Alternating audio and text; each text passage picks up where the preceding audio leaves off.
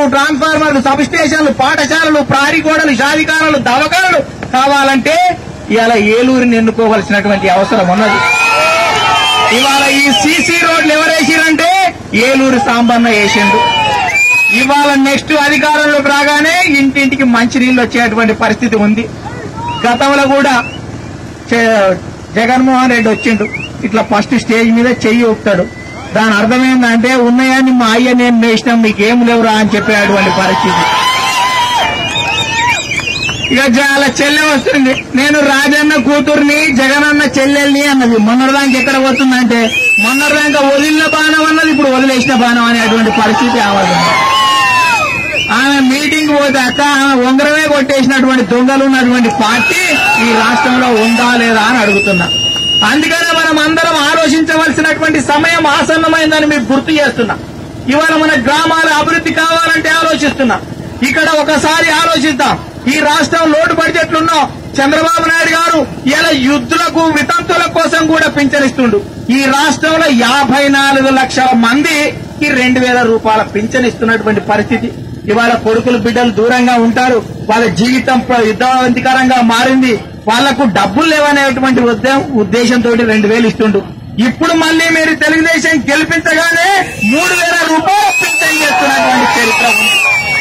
ఈ రాష్ట్రంలో 11,80,000 ఇండ్లు కట్టండి చంద్రబాబు నాయుడు గారు. 5 సంవత్సరాలనే ఈ దేశంలో 11,80,000 ముఖ్యమంత్రి ఎవరూ లేరు, ఒక చంద్రబాబు నాయుడే కట్టిండు. మళ్లీ అధికారంలోకి రాగానే మొత్తం 30 లక్షల ఇళ్లు ఈ రాష్ట్రంలో ఉన్నవారికి, వానకు నాని, ఎండకు ఎండి, చలికి వణికి, నీడలేక ఫుట్పాత్ల పైన పూరి కుడిసా కిందనో తలదాచుకుని తల్లడినే గుడిచేని జనానికి గుండెలకు కత్తుకోవాలని ఇండ్లు ఇస్తున్నటువంటి పథకం పెట్టింది చంద్రబాబు నాయుడు. అలాంటి చంద్రబాబు నాయుడిని ఆయనను ఓడగొట్టమని చెప్పేటువంటి పరిస్థితి ఇవాళ వైకాపా నేతలు మాట్లాడుతున్నారు. చంద్రబాబు నాయుడు గారిని ఎందుకు ఓడగొట్టాలని మీరు నిలదీయవలసినటువంటి అవసరం ఉంది. ఈ రాష్ట్రంలో మహిళా సోదరి మనలున్నారు. 86,04,304 మంది మహిళలకు పసుపు కుంకుమ కింద 10,000 రూపాయలు ఇస్తే ఈసీకి పోయి కంప్లైంట్ చేసిండ్రు. డబ్బులు ఇవ్వద్దు, డబ్బులు ఇవ్వనివ్వద్దు అనేటువంటి ఉద్దేశంతో మా మహిళా సోదరి మహిళలకు డబ్బులు ఇవ్వొద్దని వైకాపా వాళ్ళు అడ్డుపడుతున్నటువంటి పరిస్థితి మనం చాలా స్పష్టంగా చూస్తున్నాం. ఈ రాష్ట్రంలో మరుగుదొడ్లు లేవని చాలా మంది బహిర్భూమికి బయటికి పోతున్నారని 35,64,000 మరుగుదొడ్లు కట్టించినటువంటి చరిత్ర చంద్రబాబు నాయుడు గారు దాన్ని ఆలోచిస్తున్నారు. ఇవాళ యువతకు ఉపాధి లేక, యువతకు ఉద్యోగం లేక, యువతకు పెళ్లిళ్ళు లేక, యువతకు పెట్టుబడి లేక, యువతకు ఆదాయం లేక, యువత కాసులు లేక ఇవాళ పట్టా చేత పట్టుకొని పొట్టకూటి కోసం తిరుగుతున్నటువంటి నూనూగు మీసాల యువకుల కోసం ఇవాళ నిరుద్యోగ భృతి పెట్టినటువంటి చరిత్ర చంద్రబాబు నాయుడు గారు. 2,000 రూపాయలు ఇస్తానంటుండు, అధికారులకు రాగానే 3,000 చేస్తానని చెప్తే ఇవాళ వైఎస్ఆర్ కాంగ్రెస్ మనం చంద్రబాబు నాయుడు వరాలకు వైకాపా వాళ్లకు జరాలు వస్తున్నటువంటి పరిస్థితి ఉందా లేదా అని అడుగుతున్నాం. అందుకనే సోదరులారా, మనం ఒకసారి ఆలోచించవలసినటువంటి సమయం ఆసన్నమైందని ఈ సందర్భంగా గుర్తు చేస్తున్నా. ఇవాళ ఎస్సీ, ఎస్టీ, బీసీ, మైనార్టీ, దివ్యాంగులకు ఇవాళ పెళ్లి అయితే గతంలో 30,000, 40,000, 50,000 ఉండే ఇప్పుడు అధికారంలోకి రాగానే 1,00,000 రూపాయలు ఇస్తానని చంద్రబాబు నాయుడు చెప్తున్న విషయాన్ని మీరు అందరూ గుర్తుపెట్టుకోవాలని ఈ సందర్భంగా మనవి చేస్తున్నా. అందుకనే గతంలో చంద్రబాబు నాయుడు గారు ముఖ్యమంత్రిగా కంబైన్ రాష్ట్రంలో ఉన్నప్పుడు 23,000 పాఠశాలలు, 1,047 ఉర్దూ పాఠశాలలు, కిలోమీటర్కు ఒక ప్రాథమిక పాఠశాల, 3 కిలోమీటర్లకు ఒక ఉన్నత పాఠశాల, మండలానికి ఒక జూనియర్ కళాశాల, రెవెన్యూ డివిజన్ కు ఒక ఇంజనీరింగ్ కళాశాల, జిల్లాకు ఒక మెడికల్ కాలేజ్ ఏర్పాటు చేసినటువంటి చరిత్ర చంద్రబాబు నాయుడు గారి కాలాన్ని మీరు ఒకసారి చెప్పారు. అందుకనే నా రా అంటే జనం రా అని పిలుస్తున్నటువంటి పరిస్థితి ఉందా? ఈ గ్రామంలోకి రాగానే నేను నాగేశ్వరరావు ఏమనుకున్నామంటే ప్రచారానికి తీసుకొస్తున్నట్టుండి కానీ ఇది ఎన్నికలు అయిపోయిన తర్వాత విజయోత్సవ ర్యాలీకి వచ్చినట్టే ఉంది అని ఈ సందర్భంగా మనవి చేస్తున్నాం. అందుకనే సోదరులారా, మనం అందరం కలిసి కట్టిగా కలిపి జట్టుగా పార్టీకి పట్టిగా పదనట్టుగా ఏర్పడి ఇప్పుడు తెలుగుదేశం పార్టీని అఖండ మెజార్టీతోటి గెలిపించవలసినటువంటి అవసరం ఉంది. భవిష్యత్తులో ఏది రావాలన్నా నారా చంద్రబాబు నాయుడు గారు మనకు చేయడానికి సిద్ధంగా ఉన్నారు.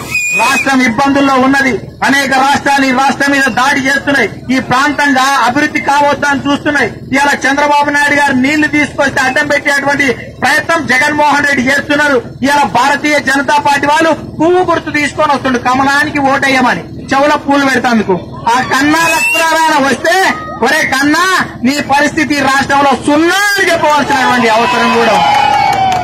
నేను వచ్చేటప్పుడే ఒక అతను అడిగిన పెద్ద ఆయనని, నరేంద్ర మోడీ పరిపాలన ఎట్లుంది తాత అంటే మాటల చెవులో చెప్తుండు. రేపు ఉగాది మనమడ పంచాంగ పఠనం చెప్పేటప్పుడు కూడా ఆదాయం ఎక్కువ ఖర్చు తక్కువ అంటే కూడా ఐటీ నోటీసులు పంపించేటట్టుండి అనేటువంటి పరిస్థితి ఉంది. అందుకనే ఓ మోడీ పక్క స్టేట్ లో ఒక కేడీ ఈడ ఉన్నటువంటి ఈడీ కేసులు ఉన్న వాళ్ళు అంతా కలిసి దత్త కట్టిండ్రు. అందుకనే మనం ఇవాళ మనకు రజక సోదరులు ఆదర్శం కావాలి. రజక సోదరులు ఎందుకు అంటే రజకులు గ్రామాలల్లో చాకలి సోదరులు ఏం చేస్తారంటే చీరనోసారి, ధోతినోసారి, అంగినోసారి, రైతనోసారి ఉత్తరు అన్నిటిని ముడేసి బండ కొట్టేట్టు ఈ మూడు పార్టీలను కూడా ఎన్నికల్లో బండ కొట్టవలసినటువంటి అవసరం ఉందని ఈ సందర్భంగా మనవి చేస్తున్నా. అందుకనే పూజ్యులు, గౌరవనీయులు, విజ్ఞులు, విజ్ఞానవేత్తలు, దేశభక్తులు, పుర ప్రముఖులు, గ్రామ పెద్దలు, యువకులు, మర్యాదస్తులు, శాంతిమూర్తులు, సకల కళాకోవిదులు ఈ ఆంధ్రప్రదేశ్ భవిష్యత్తు కోసం మీరు ఆలోచించాలని, మీ పిల్లల భవిష్యత్తు కోసం ఆలోచించాలని ఈటీవీ, జీటీవీ, మా టీవీ, మీ టీవీ, స్టార్ టీవీ అన్నింటిలో ఏమి చెప్పినా మీరందరూ కూడా చంద్రబాబు నాయుడు నాయకత్వం కోసం మీరందరూ పనిచేయాలి. ఈ రాష్ట్రం సస్యశ్యామలం కావాలన్నా, మీ పిల్లలకు ఉద్యోగాలు రావాలన్నా, ఈ రాష్ట్రానికి కంపెనీలు రావాలన్నా, ఈ కంపెనీకి రాష్ట్రానికి పారిశ్రామికవేత్తలు రావాలన్నా, ఈ రాష్ట్రం అభివృద్ధి కావాలన్నా నారా చంద్రబాబు నాయుడు వల్లనే అవుతుంది. జగన్మోహన్ రెడ్డి అయితే జగన్ అంతా దోషిండు, జగన్ కు పెట్టిండు వాళ్ళ అయ్య దోషి పెట్టిండు, కొడుకు దాచి పెట్టిండు. ఇవాళ జగన్మోహన్ రెడ్డి ఏమంటుందంటే ఒక్క అవకాశం ఇవ్వండి, ఒక్క అవకాశం ఇవ్వండి అమ్మా. అరే క్లీనర్ ని డ్రైవింగ్ సీట్ లో కూర్చోబెట్టి బస్సు ఎక్కి ఒక అవకాశం ఇద్దాం అనుకుంటామా మనం? ఎక్తాం ఆయవాడన్నా అని. అటువంటి పరిస్థితుల్లో నేను చాలా రోజులు బస్సు తుడుస్తున్నారు నాయన ఒక అవకాశం ఇవ్వండి నాకు అని క్లీనర్ ని కూర్చోబెట్టి బస్సు ఎక్కితే ఉంటామా అని అడుగుతున్నా. అందుకనే జగన్ జైలు యాత్ర, భారత్ బెయిల్ యాత్ర, తల్లి ఢిల్లీ యాత్ర, చెల్లి పాదయాత్ర, అనిల్ మత ప్రచార యాత్ర, ఈయన దగ్గుబాటి గారికి తీర్థయాత్రలు తప్ప ఈ సందర్భంగా గుర్తు చేస్తున్నా. అందుకనే ఇటువంటి పరిస్థితులల్లో చాలా మీటింగ్ చెప్పుకోవచ్చు. మీరందరూ కూడా సోదరిమణులు అందరూ కూడా ఆలోచించవలసినటువంటి సమయం ఆసన్నమైందమ్మా. అందుకనే గతంలో రాజశేఖర రెడ్డిని నేను రాజన్న రాజ్యం వస్తుంది అంటే మళ్ళీ 2000 తీసి 200 చేస్తారంట. అది కావాలంటారు. రాజన్న రాజ్యంలో 200 ఇచ్చిండు. జగన్ అధికారంలోకి వస్తే రాజన్న రాజ్యం వస్తుంది అంటే మళ్ళా 200 తీసుకొస్తా అన్నది. అందుకనే జనం కోసం జగన్, జగన్ కోసం జనమో దిక్కైన జగనో దిక్కైనటువంటి పరిస్థితి ఉంది. అటువంటిప్పుడు మనం ఆలోచించాలి. అందుకని నేను చాలా సార్లు చెప్పేది, జగన్ అనుకునేదంట నాన్న ఓ మంచి నాన్న అడగకుండానే జన్మనిచ్చినావు, అడగగానే ఎంపీ పదవినిచ్చినావు, రాసుకోవడానికి సాక్షి పేపర్ ఇచ్చినావు, చూసుకోవడానికి సాక్షి టీవీనిచ్చినావు, ఎందుకు నాన్న సీఎం పదవి ఇస్తావంటే సిబిఐ ఇచ్చావు, నువ్వు చచ్చావు అనేటువంటి పరిస్థితి. అందుకనే అలాంటి జగన్మోహన్ రెడ్డిని నమ్ముకోవద్దని సందర్భంగా మనవి చేస్తూ ఇవాళ నరేంద్ర మోడీ లాంటి నాయకత్వాలని దమ్ము, ధైర్యం, చేవ, సత్వ ఉన్నటువంటి నాయకుడు ఈ రాష్ట్రానికి ఉన్నాడు చంద్రబాబు నాయుడు. అందుకనే ఇవాళ యువత మీరందరూ కూడా ఆలోచించాలి. మీరు యుగంధర్లు, చక్ర చంద్రగుప్తులు, పట్టదల విక్రమాదిత్యులు, బాలకృష్ణ లాంటి బ్లడ్ చాణక్యం లాంటి ఎడ్డున్న మనం సైకిల్ గుర్తున్న అఖండ మెజారిటీతోటి గెలిపించాలని మీ అందరికీ విజ్ఞప్తి చేస్తున్నా. అందుకనే సోదరులారా, గతంలో కరెంట్ ఎప్పుడుండే అప్పుడప్పుడు వచ్చేది, ఇప్పుడు ఎట్లుంది అప్పుడప్పుడు పోదు. అందుకనే ఈ మధ్య చూసిన ఒక ఊర్లోనంటే ఒక ఆమె 3 ఎకరాల భూమి నాటిపెట్టి ఒక్కడే కూడుకున్నానని పెళ్లి చేసిందంట. ఏం చేస్తా వీడు అని పెళ్లి చేసిన తర్వాత శోభనం రాత్రి వీడి శోభనం గదిలోకి పోదామనే వరకు కరెంట్ వచ్చిందంట. రాములయ్య అంటే అమ్మ అంటే జర మోటార్ పెట్టుకోకూడదు కాయండి. వీడు ఏం చేస్తాను మోటార్ గాడి పోయింది. మోటార్ పెట్టంగానే బయట వచ్చి కరెంటు పోయినా. వీడుండి ఏం చేస్తామా అని మళ్ళా ఇంటికి వచ్చిందంట. కాలు కడపలో పెట్టగానే కరెంట్ వచ్చిందంట.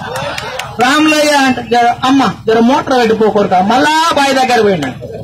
మోటార్ పెట్టింది మళ్ళా కరెంటు పోయింది. మళ్ళా ఇంటికి వచ్చిందంట. అప్పుడు ఇంటి ఏమన్నదంట, ఏమయ్యా 6 లక్షలు ఇచ్చి చేసుకుంటే అవతలకి యువతలు తిరుగుతున్నాయి, ఇంతకు నీకు ఉన్నదా లేదా అని ఇచ్చిపెట్టిపోయినటువంటి. ఇవాళ చంద్రబాబు నాయుడు అధికారులకు వచ్చిన తర్వాత అందరూ కరెంట్ ఇక్కడ ఉంటుంది అక్కడ ఉంటుంది అంటే ఆమె వచ్చి సంసారం చేసుకుంటుంది. అటువంటి పరిస్థితి ఉంది. ఎప్పుడన్నా కరెంటు పోతుందా? ఇటువంటి అద్భుత పాలనుంటే సగం మంది సన్నాసులు సౌటాలు కలిసేసి చంద్రబాబు నాయుడు ఓడగొట్టాలి, అది చేయాలి, ఇది చేయాలి, పైన మోడీ, ఆ కేసీఆర్, ఈ జగన్మోహన్ రెడ్డి ముగ్గురు ఒకటయ్యిండ్రు. ఈ రాష్ట్ర అభివృద్ధిని దెబ్బతీయాలని చూస్తుండ్రు. అమ్మలారా, అక్కలారా, ఒకసారి ఆలోచించండి. ఈ రాష్ట్రం బాగుపడాలంటే, మన పిల్లల భవిష్యత్తు బాగుపడాలంటే మనమందరం కూడా ప్రతిరోజు, ప్రతి గంట, ప్రతి నిమిషం, ప్రతి క్షణం 20 సంవత్సరాలు ఈ రాష్ట్రం సుభిక్షంగా ఉండాలంటే తెలుగుదేశం పార్టీని ఎన్నుకోవాలి. చిన్న చిన్న తగాదాలు ఉండొచ్చు, చిన్న చిన్న అభిప్రాయ భేదాలు ఉండొచ్చు, నాయకుల మీద ఉన్నా గానీ మనం అందరం కూడా చంద్రబాబు నాయుడు నాయకత్వం కోసం పనిచేయాలి. ఇద్దరు మధ్యన సాధారణంగా భేదాభిప్రాయాలు ఉండొచ్చు. ఇప్పుడు శివుడు ఉంటాడు, పక్కన పార్వతి ఉంటది, పైన గంగ ఉంటది. ఇద్దరికి పడుతుందా? పడదు. ఆయన ఒక కాడ లేరు. శివుని మెడల్ పాము ఉంటది, ఈయన కుమారస్వామి వినాయకుని కాడనేమో ఎలుకుంటది. పాముకి ఎలుక కూడా పడదు, ఒక కాడ లేరు. గట్లనాల కుటుంబమే కలిసినాక మనం మానవ మాత్రం ఎందుకు? అందుకని అన్ని ఎజెండాలు పక్కన పెడదాం, తెలుగుదేశం జెండా పడదాం, ఈ జెండా కోసం పనిచేద్దాం. ఈ రాష్ట్రం అభివృద్ధి కోసం అధికారులకు రాగానే మనకు ఇళ్లు రావాలి, పెన్షన్ రావాలి, వితంతువులకు పెన్షన్ పెరగాలి, వృద్ధులకు ఇప్పుడు 3000 కావాలి, రైతులకు అన్ని రకాలుగా సహాయం చేయడానికి ప్రభుత్వం సిద్ధంగా ఉంది. అందుకనే నిమ్న జాతుల ఉద్ధరణ కోసం, బడుగు జనోద్ధరణ కోసం పాటుపడుతున్న ఈ పార్టీని 10 కాలాల పాటు ముందుకు తీసుకెళ్లాలి. చంద్రబాబు నాయుడిని గెలిపించాలి, ఏలూరు సాంబశివరావుని గెలిపించాలని మీ అందరికీ కూడా ఈ సాయంత్రం పూట విజ్ఞప్తి చేస్తూ ముగిస్తున్నాను. ధన్యవాదాలు.